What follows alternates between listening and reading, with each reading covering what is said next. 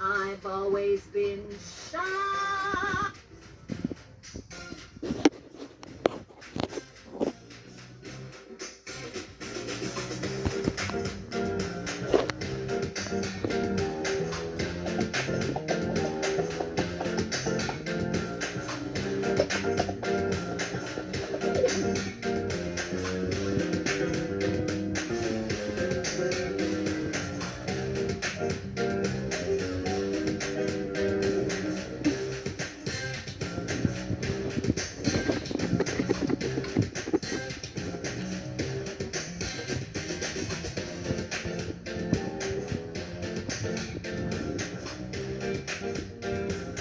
On the program.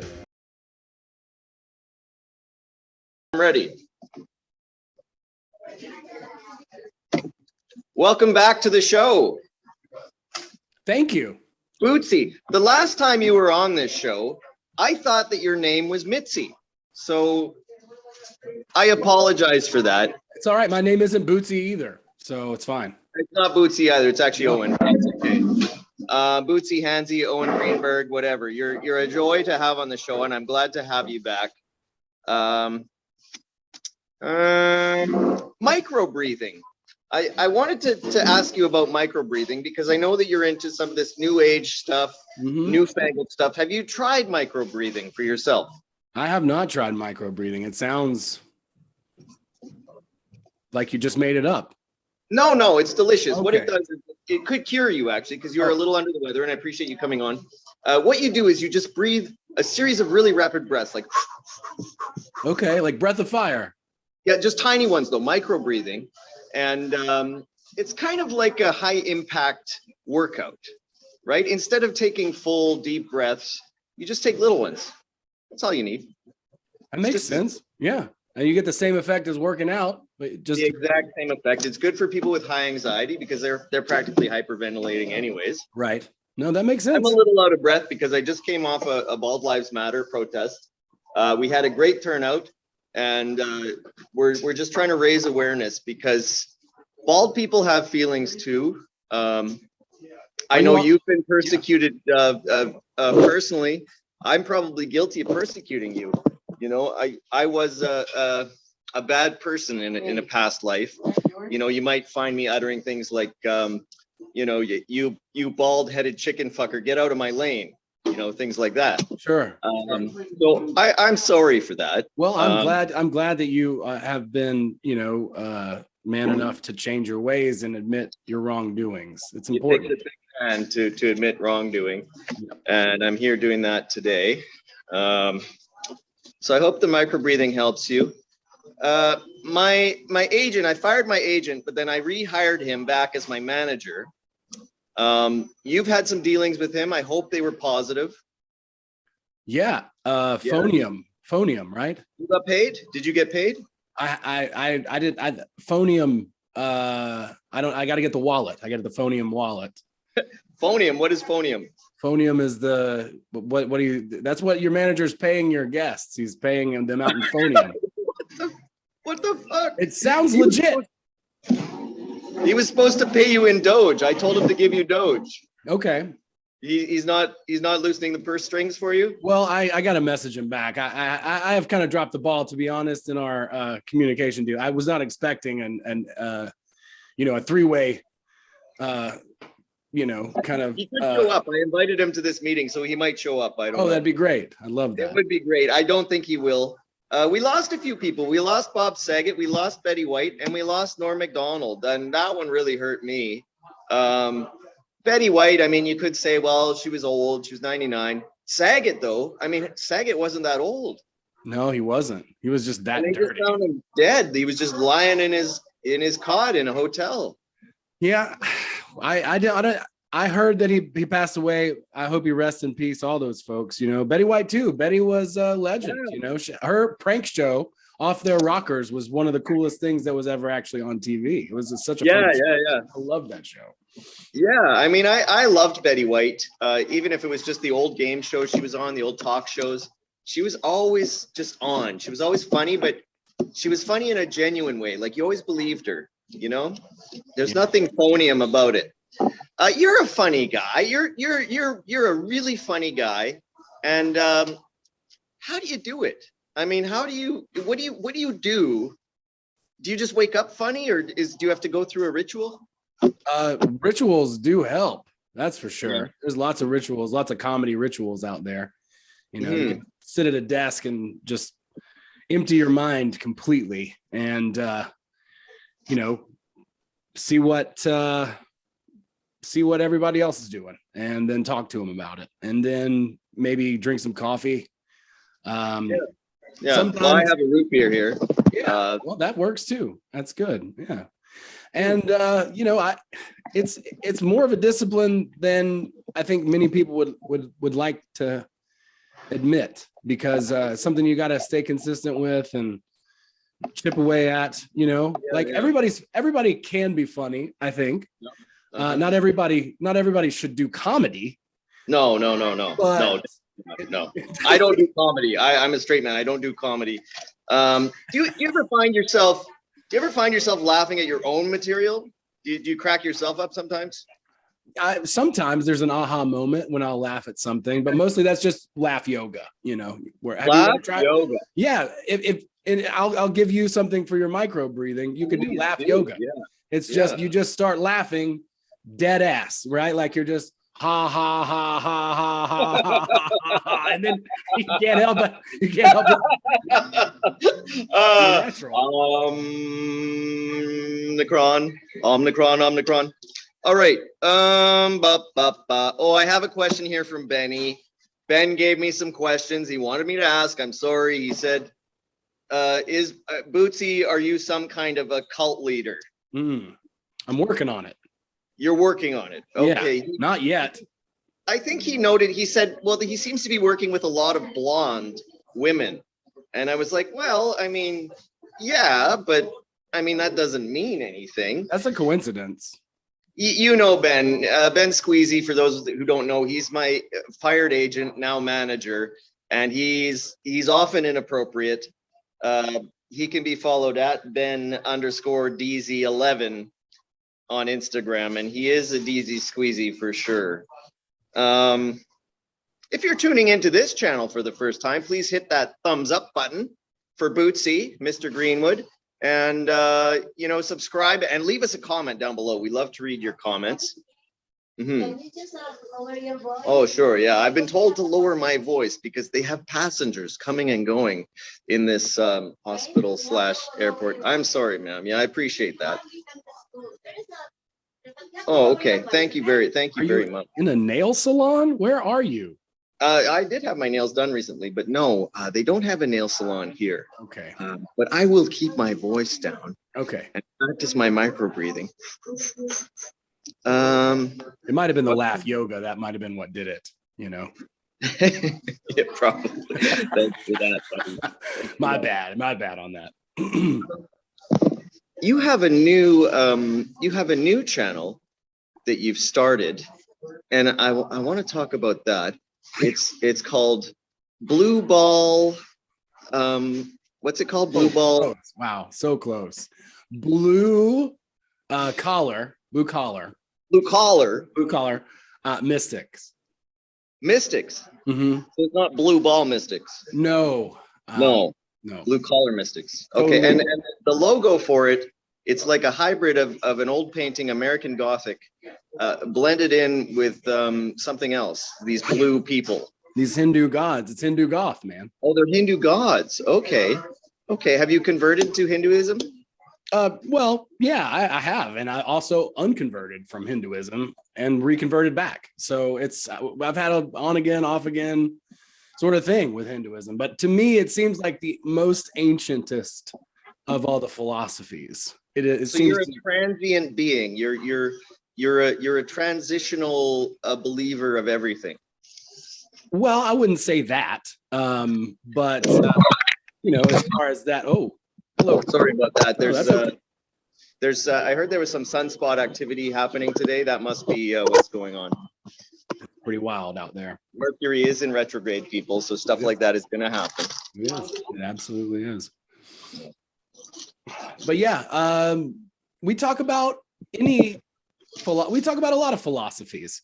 Everything I think is trying to do the same thing, right? Like it's all trying to help us figure out what the hell's going on here, but nobody knows. It's pretty awesome. Yeah. It's pretty wild. Yeah, I mean, I'd love to be a guest on Blue Ball Mystics, but I don't know what's going on. So I would just be furniture, basically, you know. Well, we'll have to get you on sometime. I'm still, Sure, yeah. putting Send me an invite and I may show up. And I'll have to change the name to Blue, again, Well, I do have blue balls, so that just naturally. How does that work? You don't mind if I eat, do you? Oh no, please go ahead. Oh, okay. Oh, that's good. Looks all right. You don't mind if I take this call? Talk about? You got a new phone? No, somebody's calling me, but I'm not gonna take it. I guess you can take it. Go ahead, take it. No, it's fine. No, I'll call him back. It's an emergency, but it's fine. To see what happens with the great Bootsy Greenwood when others aren't around. I am going to get some coffee, though. I'll be right back. Sure, yeah. I'll just vamp here. If you're not already aware of Black Lives Matter, please support them. Also support Bald Lives Matter, because bald lives do matter, as Bootsy will attest. And even though Bootsy is a comedian and people like to laugh at him, he still has feelings. So we want to support him and others that may be suffering from extreme hair loss.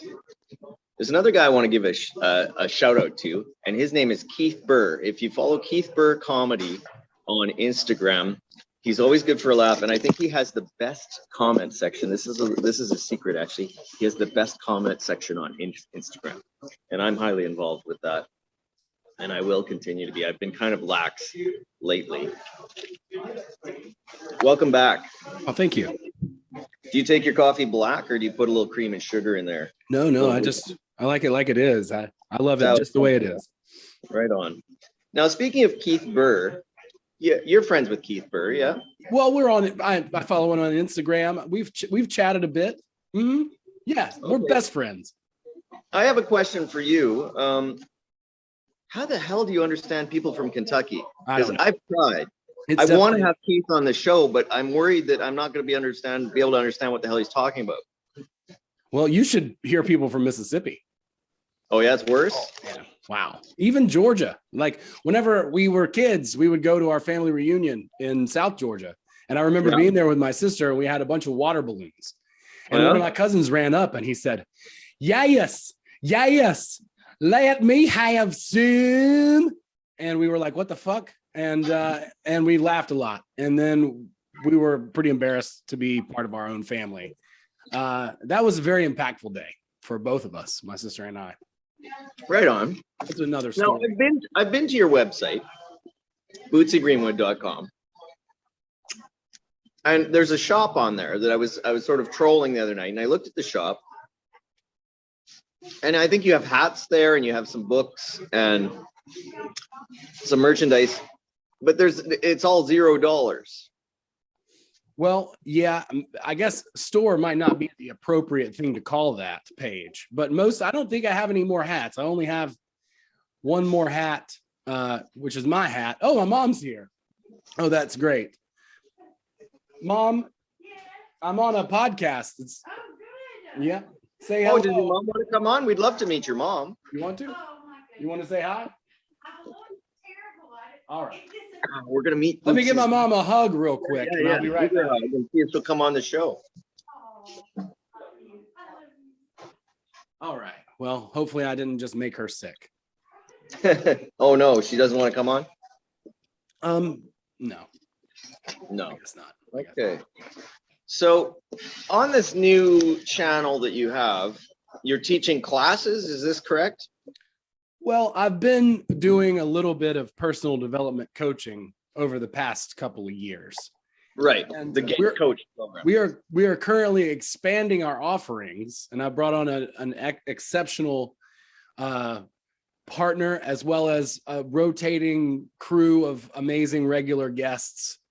And, we're going to be just collaborating and trying to help as many people as we possibly can, if they need help, to help themselves to heal, to find purpose in their life, and to make an impact, make their,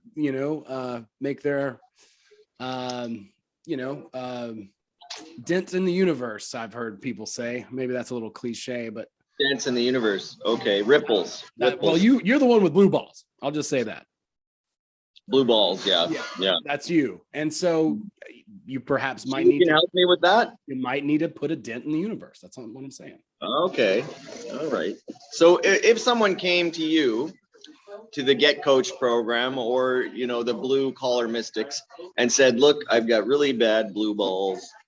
My mom heard that. She thought it was funny. What can I do about this? How? And I'm being serious. How can I alleviate this condition?" Sure. Well, I mean, there's lots of people in the world. There's not just one fix-all solution for something like that. There's layers to these types of problems. And that's why we have to get on a call and talk about options and, see what the best way to attack this thing is, So what you don't want to give away your secrets, I understand, but what would be, your first approach to this particular problem? How would you start? Would you sit the guy down? Would you get him meditating? What would be the approach? Well, probably some journaling. I would start there, and some comedy writing, maybe, because comedy writing is really a great way to be honest. Okay. I think for me it has been, because I, like at first I kind of compartmentalized spirituality and comedy, and I was like, well, if it's spiritual, it can't be comedy, and if it's comedy, it can't be. But that's I think we're kind of the same, because we're both trying to marry. I read tarot cards and I also do comedy, and we're trying to marry esoteric with comedy, which is not really a natural combination. It's really not. Well, the Zen Buddhists were pretty good at it. Were they? Did they practice comedy? They had some really good riddles. Did they? Okay, interesting. Yeah, I guess riddles are related. Jim Carrey played the Riddler. So yeah, there is a relation there. Is it a struggle for you to marry these two concepts? Because people, when they meditate, when they want to go for healing or coaching, they tend to take it very seriously, right? Maybe too seriously. Maybe that's your point, is people take this stuff too seriously. I think so. Yeah, we have to have fun. We're here to play. If there was nothing else to do, and there's not, because this is just then what else is there? We play. That's what we're here to do. And I'm getting fat. I've decided I'm going to get fat. I love it. I got fat a little while ago, and I stayed that way. It was great. I love it. It's wintertime. What else are you going to do? You got the blue balls, Just eat. I mean, what are you? But yeah, I think it's so important not to take ourselves, too seriously, and even comedians take themselves too seriously, which is, how ironic is that? Yeah. Have you ever had a comedian walk off, like in a huff? Oh yeah. Yeah. Why? Because the audience was heckling, or just?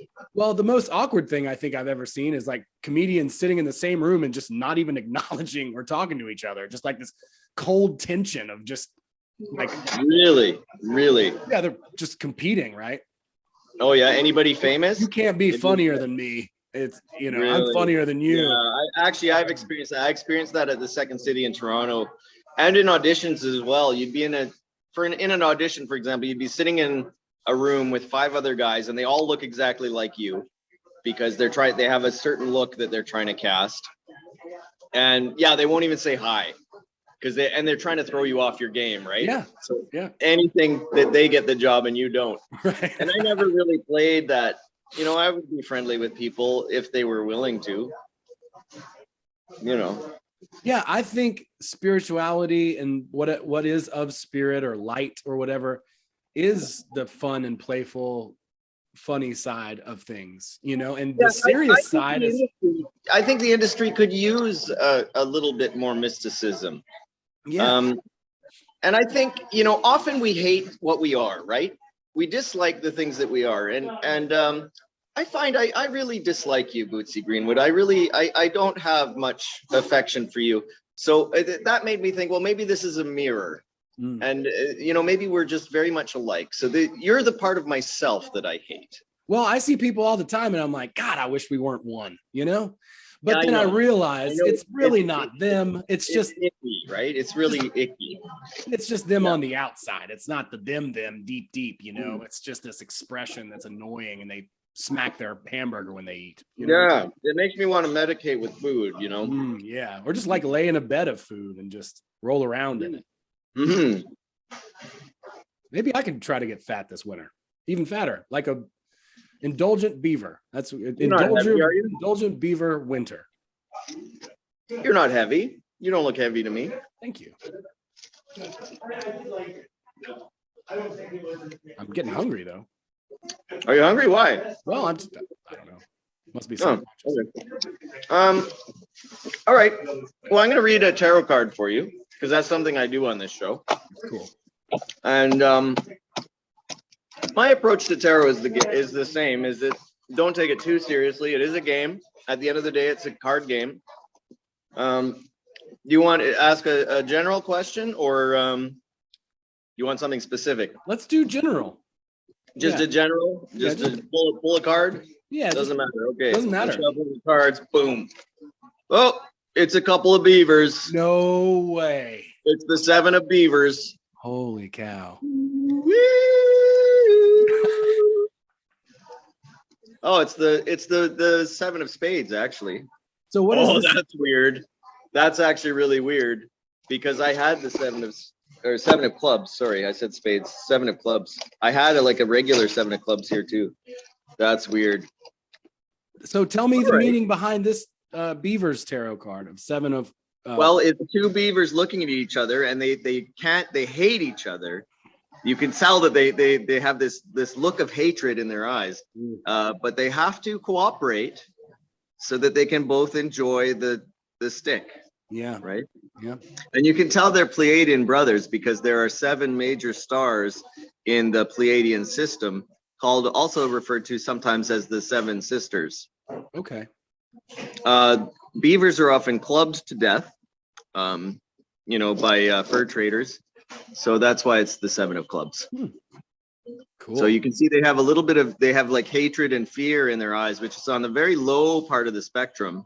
So really, but they're sharing. They're still sharing. They're sharing, and they have this lovely river flowing. It does look like a nice place to. They're ascending. They're thinking, well, if we stop hating each other for a second, maybe we can ascend.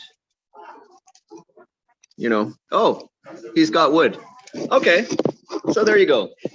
Congratulations. The 7 of beavers came out, and I'm a Canadian. They often call us beavers or snowbirds. Do you get a lot of snowbirds coming down there to visit? I feel like they mostly go to Florida, but there are a lot. They don't come to Georgia? Not really. It's it's just kind of, the winter here is just kind of bleh. It's not. It's like 40 and rainy. Okay. It's like not the best. We get some sunny days. It's sunny today, but it's a lot of dreary and cold rain. We don't get it doesn't get cold enough to snow. Just enough to make you kind of like miserable, just to make you sad. Yeah, I don't like the rain either. Now, Georgia, you're making me think of a very popular AMC series that I enjoy called The Walking Dead. Oh, yeah. Now, I know you worked in television production. Did you work on the set of Walking Dead? I did not. Oh, you didn't? Okay. Are you a fan? I am a fan. And yeah, I know some people. I've got a couple friends who did work on that set. My friend Nick did. And, oh, yeah. That would have been a good gig, I imagine. Probably pretty steady work. It was pretty steady. And the place where they shoot it is this old prison farm. We used to go back there and just drive around. And it's creepy as hell. But yeah. So you've been there? Oh, yeah. That's cool. So that actually exists, that location. You could go and wander around and live there if you wanted to. We cut down a Christmas tree there one time. It was just a regular pine, but we put it up and decorate it and everything. Okay. All right. A Christmas tree. So you celebrate Christmas regularly? Are you a regular Christmas? Yeah. Yeah. Oh yeah. Every year. I celebrated only Kwanzaa this year. I skipped Christmas and on the winter solstice, I skipped that one. I was feeling a little depressed. I suffer sometimes from depression, as some people in esoterica do. In the winter solstice, you know, the days are short. You don't get a lot of sunlight. Yeah. I take vitamin D, but I really prefer sunlight. And you can see that I look like a pale and pasty troll at this time of year. But no, I feel good now. The days are getting longer. It's January 2022. Has it been good for you so far? So far, it's been great. Yeah. Yeah. So talk about this thing you have. Is this the Omicron? Do you have the Omicron? I don't know if it's the Omicron. I don't think so. I can taste and I can smell. So it's just a cold. I went to this national championship party on Saturday at a stadium with a bunch of people. And I've been mostly you kissed someone, didn't you? You couldn't help it. I didn't kiss anybody. But you know, like I have some tics, but you know, like I went around, you know, and I was really smashed in with a bunch of people, but it was a championship celebration. It was enjoyable. I had a great time. I got to listen to the coach of the Georgia Bulldogs football team give a speech, and he quoted Henry David Thoreau, and it was a great speech. I love great coaches. You know, everything's a game. Football's a game. Life's a game. It's all a game. And I love, you know, I love empowerment and all that stuff. So it was really cool because I've been a Georgia fan my whole life, even before I was born, like my family. And it's their first national championship in 41 years. So it's been a while. Now, Henry David Thoreau was a hermit. And he wanted to live in the woods. He did live in the woods. Walden in a Pond. cabin. Yeah. Yeah. At Emerson's Lake. Yes. Now, were you Henry David in a past life? I don't think so. I don't know. Maybe. I sure do admire Emerson's work. Thoreau to me is like a lot harder to read than Emerson. Well, Ralph Waldo Emmerson was great friends with Henry David. Mm-hmm. And there is a book that's one of my favorite books by Ralph Waldo Emmerson called Nature. And if you're watching this, I would pick up a copy of Nature. You can get a little pocket book and just carry it around with you. And I highly recommend that book. I don't recommend you be a hermit, though, like Henry David. I understand why he did it. And I think Ralph Waldo understood why he did it. And there are people now that are doing it. And I understand it now. So I'm glad you brought that name up. Yeah, I understand it too. There's something about, because, you know, he lived, you know, very basically in nature. And I've got another book in there, The Sand County Almanac by same kind of thing, you know. Yeah. If you like read about John Muir, like people that just lived out in the woods like wild men. Have you ever been tempted, Bootsy, to just pick up a backpack and just go out and build a cabin in the woods and live that way? Have you ever been tempted? Definitely. Yeah. Is that possible in Georgia? Are there remote areas where you could do that, do you think? Yeah. There's some mountains not too far. I used to live in a van, so that's pretty close to. Oh yeah, you've done van living? Oh yeah. Cool. So if I go back in your feed, will I see some pictures of you living in a van? No. I had a flip phone at the time, so okay. Digital. We should post them now. Just post like a past. People love that van living stuff, man. They do. Well, it was you know, it was like several years of my life I lived out of a van, and you know, I was dating a girl at the time, so it's a little bit sensitive, but okay. You know, we don't. I would have to like solicit her for pictures, and I don't know if that would go over well. You know. So you're not together anymore. Well, no, officially not. It's because you're bald, right? Is that the reason she gave you? She definitely went with someone else who was not bald. That bitch.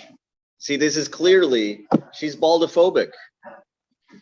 You know, this is exactly why I'm out here every day protesting, because You know, it's people like that that give people with hair a bad name. It's full head privilege is what it is. And I mean, I'm losing my hair too. So I understand, you know, I know what it's like. Only on the side, only underneath here. Well, no, I shaved the sides. Oh. So I guess I have hair, but I'm definitely not hair privileged. You know? Yeah, totally. My buddy, my Uncle Tom, he wants to get a picture of a cow licking me, he said. And I was like, why do you want that, Tom? Why do you want a picture of a cow licking me? And then I walked off. I walked out of that interview. I'm not going to tolerate that kind of talk. I think anyway, I think that could have been a golden opportunity for you, if I'm being completely candid. Maybe I should go back and say, all right, Uncle Tom, if you take the pictures and we can get it, we'll put some salt on my head and we'll try to get a cow to lick me. That'd be pretty good, actually. That might be funny. Yeah, I think it'd be funny. Take a trip. All right, if I post it, I'll tag you so that you can see it. Please do. What else did we talk about? You got some stand-up coming up? What's going on there, buddy? I'm performing Friday and next Tuesday so far. I have those Friday and Tuesday. Yep. How much are tickets? They're probably nothing. I don't know. I don't even know. Is it just you, or you got a bunch of people? No, I got asked to be on a show that's here in my hometown, and then one in another town that's not too far away. Oh, cool. But I know that one doesn't pay. Have you ever submitted to any of the talk shows, the big American talk shows, or America's Got Talent, anything like that? No, you don't want any part of that, or I'm mostly doing hookah bars and like black clubs and stuff, because like hookah bars and distilleries. Yeah. I mean, we did the distillery, but I don't really know. I like the grungy, gritty, scene of things. I want to get good. Everybody has a different motivator for this. Yeah. Some people want to be famous. I'm not really that interested in that. I was involved with underground comedy in Toronto, and we did like the dirty bars there. And believe it or not, occasionally a big guy like Robin Williams would show up. And the reason they did it is because they wanted to see if they were still good. If they could make people laugh at a venue like that, where they're drinking and they're not paying attention, then they knew they still had it. Yeah. I went to guys. I did this gig at this place called Saddle Up in Marietta, which was like this cowboy bar in the middle of the city. And then you went in there and it was like a mixed crowd, but they were all heckling.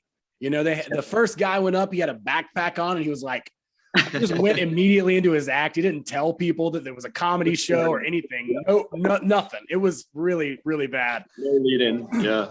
but then a couple other comics went up, and I went up, and it's fun. Like, it's fun to turn an audience. Like, it's like you say, if that's how because it's easy to go into a comedy club where they're all warm. They can't wait to laugh. They're already on your side. But I mean, if you got to win somebody over, that's another game altogether. And some of the crowds around here are pretty tough, at the hookah clubs and places like that, where, you gotta get their attention. You have to, crowd. Yeah, you have to engage. You can't just go up there and have like a few funny one-liners muttering under your breath. You gotta take the place by storm. So. Well, you got to be crazy to even want to stand up anyways. I think, you got that against you, and then you got to have material. Do you write all your material, or do you ever just get up there and have a segment that's somewhat improvised, or do you write everything? Yeah, I love crowd work and I love writing on stage too. I do write a lot of material. It's a balance. Because you seem like a natural improviser to me. I am not a bad improviser. But I'm really, really a good improviser with other people. Doing stand-up is it's a little bit more pressure. Well, there was a trick they used to show us at the Second City, and it involved envisioning the audience as the show. So you were the spectator, and you just happened to be the one that was talking. So if you do that and then you try to have a conversation with a heckler or someone in the audience, then there are ways of doing it where you don't feel like you're as on the spot. That's cool. That's a cool trick. I love that. Yeah, you can try it sometime. You can do it with a group of people where you could either do scenes, like improvised scenes, or you could have people doing their stand-up act. You could use this with Blue Ball Media, and just get them interacting with each other, and say, okay, now switch. Now you're the audience and you're on stage. And then suddenly all the people sitting in chairs feel on the spot, right? It's funny, and it's just a mental thing. And then you realize that there is no difference between you and I. There is no difference between audience, observer and participant, or guy on a soapbox and people standing around. There's no difference. We're all the same.